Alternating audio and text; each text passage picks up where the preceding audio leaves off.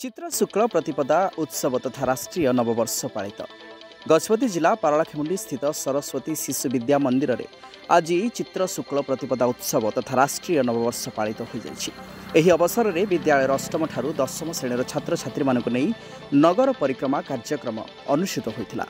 तत्पर विद्यालय परिसर में एक कार्यक्रम आयोजन करा अवसर में प्रधान आचार्य श्री सरोज कुमार पंडा संयोजन में मुख्य अतिथि भाव राष्ट्रीय स्वयंसेवक संघ गंजाम विभागर सह संघ चालक श्री गौरांग पाणिग्राही सम्मानित अतिथि रूपे विद्यालयर सह प्रधान आचार्य श्री संतोष कुमार पाढ़ी प्रमुख उपस्थित रही आज दिवसर विशेषत्व तथा गुरुत्व विषय में छात्र छात्री मानक निज निजर उद्बोधन प्रदान करथिले।